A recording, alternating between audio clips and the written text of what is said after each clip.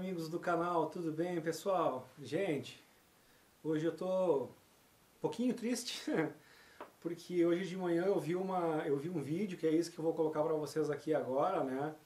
Eu vou colocar ele acelerado e um pouco menor para não dar problema com direitos autorais, mas a ideia é para as pessoas saberem o que está acontecendo, né? Dessa, digamos assim, crise hídrica da França. Então as pessoas estão realmente, como o próprio francês ali comenta, né?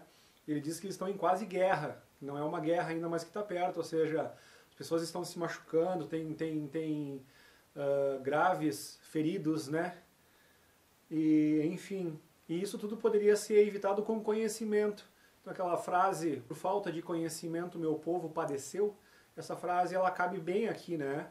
Então as pessoas estão brigando por recurso que é importantíssimo, que é a água, mas eles não precisariam estar brigando por esse recurso, né? Porque eles teriam outra forma de fazer as suas agriculturas, não precisando tanto da água, não da forma como eles estão pensando lá, né? Porque está sendo divulgado que essa é a maior seca da França, dos últimos tempos, enfim, estão noticiando uma grande seca na França agora. E daí, como eu estou estudando bastante sobre a agrofloresta, tem a questão do Ernest Goetz, né? E eu vou botar um pedacinho do vídeo dele, onde ele fala que a seca está na nossa cabeça e não no clima. Que é possível tu plantar com pouca água, com pouco recurso. Que as próprias plantas, quando tu sabe trabalhar do jeito correto, elas próprias fazem a captação da água. E como ele é um suíço, gente, ele fala assim meio enrolado, não é tão fácil de compreender. Mas eu vou botar o trechinho onde ele explica que as folhas verdes, além da fotossíntese, se não me engano o termo que ele usa é autossíntese, mas talvez não esteja correto. Eu teria que ouvir de outras fontes. Ele é a fonte mais confiável, não por esse sentido, mas pela interpretação do que ele fala, como a gente não encontra muito material escrito do que ele fala e a gente ouve os vídeos dele, às vezes é meio incompreensível como ele fala muito rápido e com muito sotaque, mas se não me engano ele fala em fotossíntese e autossíntese, né? É o que, se alguém entender de agrofloresta e puder me corrigir se eu estiver falando errado nessa parte, por favor que me ajude. Mas ele explica que não é só a energia do sol que é convertida, né, no verde da clorofila e que ajuda nas plantas também. Ele diz que as plantas durante a noite bebem água por causa que elas extraem a água da atmosfera. E essa água que elas extraem fica uma lâmina, né, um filmezinho de água em cima das folhas verdes, das folhas que estão vivas. E isso é transmitido, não só alimenta a planta, como é transmitida para a terra. Então, quando tu faz de forma correta o processo da agrofloresta, tu consegue alimentar todo o sistema com água. Então, eles tem vários vídeos que eles falam de como plantar água, que é justamente explicando esse processo. Então, eu fico muito triste quando eu vejo que, por falta de conhecimento desse tipo de técnica, desse tipo de tecnologia, digamos assim, né, natural, que é o que o Ernest ensina, as pessoas estão guerreando, estão se machucando, estão se ferindo, né? Estão se polarizando por causa da água. Então isso é muito triste, pessoal. Então, quem puder divulgar esse tipo de informação do CPEAS e de todo o pessoal que trabalha com agroflorestas e que já dominam esse princípio.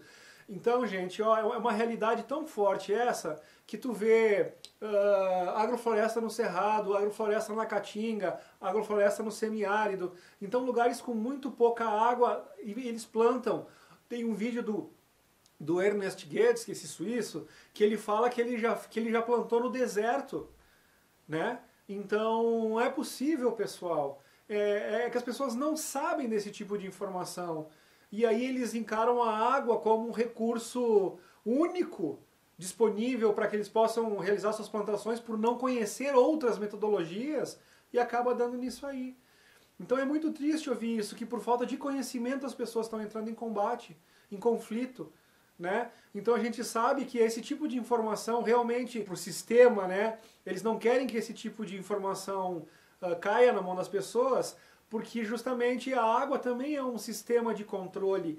Existia um vídeo que foi tirado do ar por causa que ele era muito esclarecedor, e daí a gente começa a entender o modus operandi dos donos do mundo, e água é um recurso necessário para a nossa vida, consumo do ser humano, para beber, coisa e tal. As plantas se viram, as plantas tiram a água da atmosfera. O ser humano não, o ser humano precisa ingerir a água.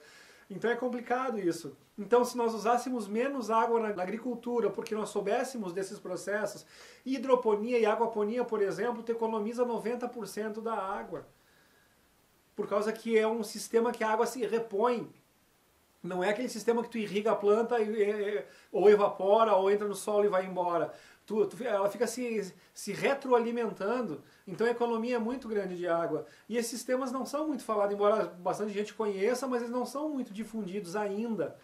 Então, o que falta é só consciência, sabedoria das tecnologias que já existem. Então, tu vê que nesse sistema de agrofloresta eles não precisam de estufa, porque protege da geada, sabendo trabalhar com os extratos. É muita informação para ficar colocando aqui, mas o objetivo desse vídeo é falar justamente e exclusivamente da questão da água, dos recursos hídricos. E aquele vídeo que eu falei antes que tiraram, eu já falei muito sobre esse assunto aqui, é a grande seca do Colorado. E hoje tu não encontra mais esse vídeo. Então lá no Colorado, né, o Rio Colorado, né, um rio muito grande lá nos Estados Unidos, né, foi feito com certeza uma treta ali, né, uma falcatrua entre os governantes e entre grandes companhias, grandes corporações, onde eles possibilitaram privatizar a água do rio, no primeiro momento dizendo que seria bom para as pessoas, não sei o que, aquela conversinha de sempre, as pessoas acreditaram, a água do Colorado foi privatizado, e qual foi o resultado disso depois? Grandes fazendas que dependiam da água do Colorado passaram a depender dessa empresa, e essa empresa foi lá e começou a cortar a água desses caras. Então tinha fazendas lá que eram fazendas de 3 gerações, que passou de pai para filho e coisa e tal, e milhares de hectares plantados, cultivados, e o pessoal dessa companhia poderosa que se apoderou dos recursos hídricos do Colorado, aí eles diziam, não, agora é o seguinte, ó, cara, vocês nos dão 50% da fazenda de vocês, a gente faz um acordo, vocês nos dão 50% da fazenda de vocês e nós passamos a fornecer a água para vocês aí, para vocês continuarem o plantio de vocês.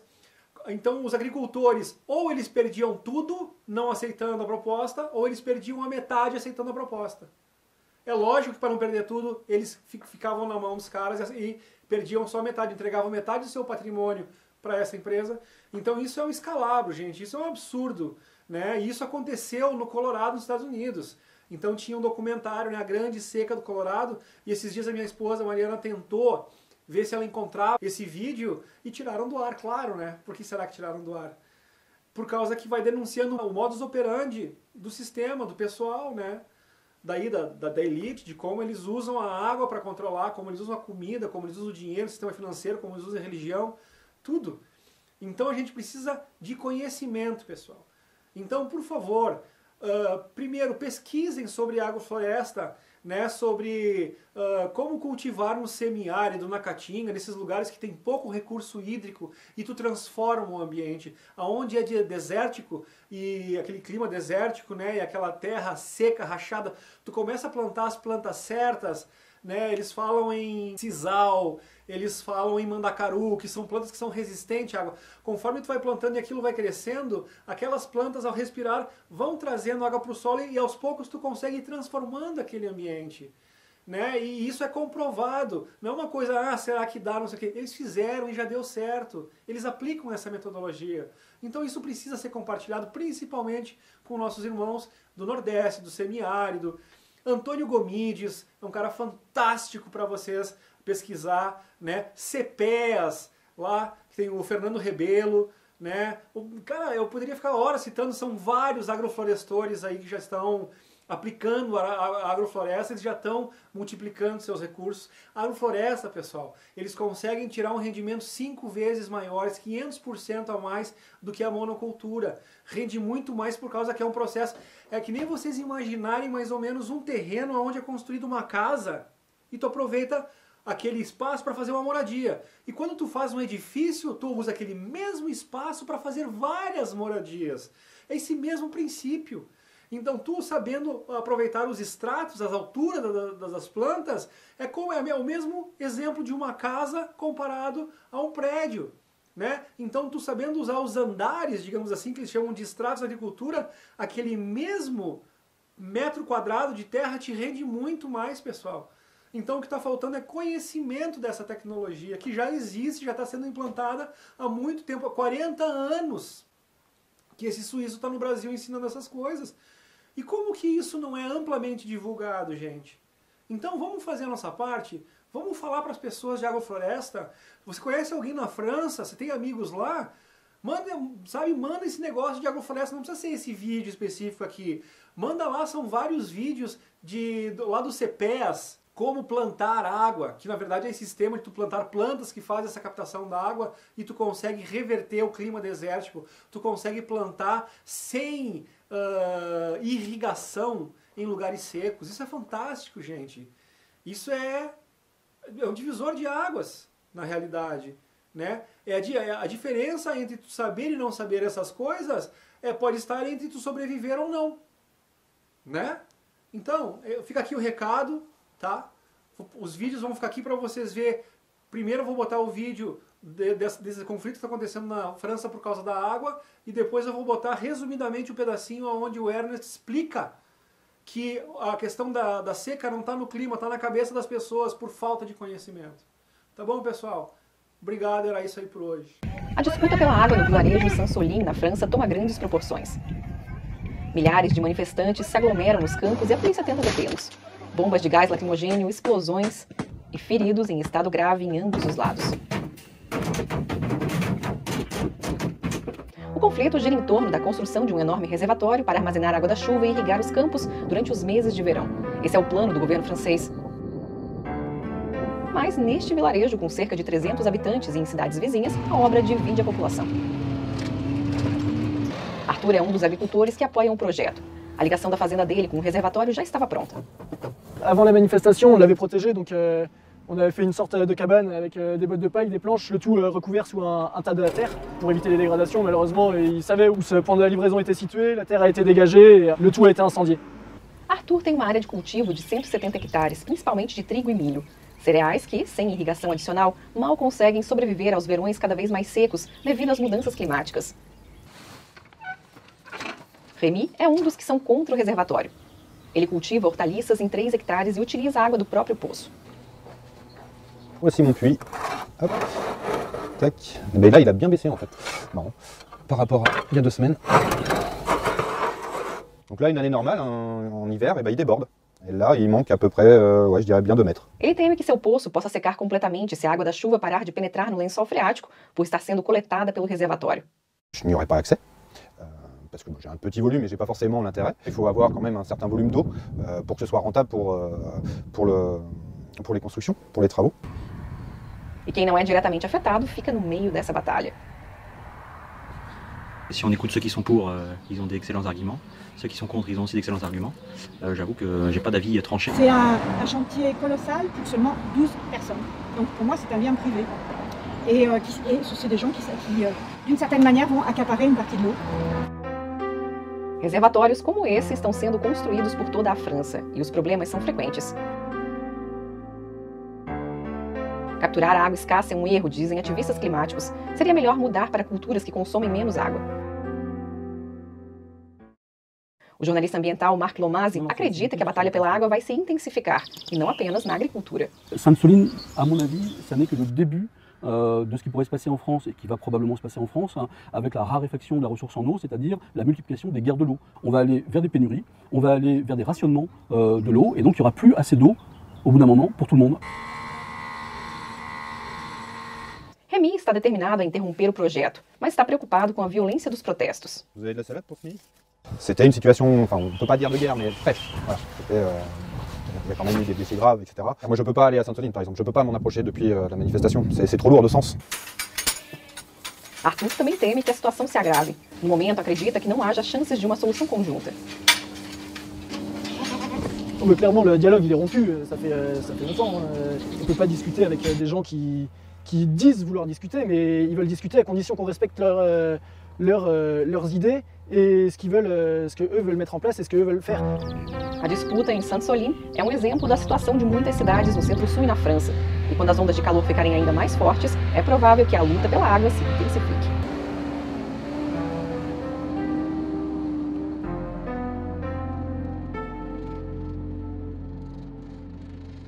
E, no mesmo tempo, esse esfriar faz com que a planta beba água. Se olha essa noite. A planta, quando ela cresce, ela bebe água à noite.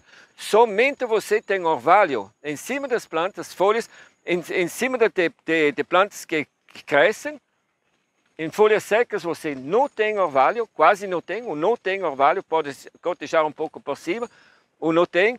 Terra seca não dá orvalho. Agora, quando a planta cresce, isso vem na caatinga, no semiárido. Você planta cactáceas, palma forageira, você planta o mandacaru, etc, sisal, terra no pó, sem nenhuma chuva, 100 milímetros, seja 0 milímetros, 10 meses, 3 meses, 4 meses, 5 meses, 6 meses, 8 meses, sem nenhuma gota de chuva, e cada noite desce uma lâmina de água em cima das folhas da palma forageira, das palmas da palma forageira, do tronco do mandacaru, das folhas do sisal, molhando o sistema todo. Ou seja, ele está bebendo água, absorvendo água da atmosfera à noite. Ou seja, fotossíntese faz com que a planta não só pega raios do sol, não, ela, com os processos metabólicos, seja consequência ou seja fotossíntese, ela bebe água, e bebe água à noite, para o dia poder fazer fotossíntese.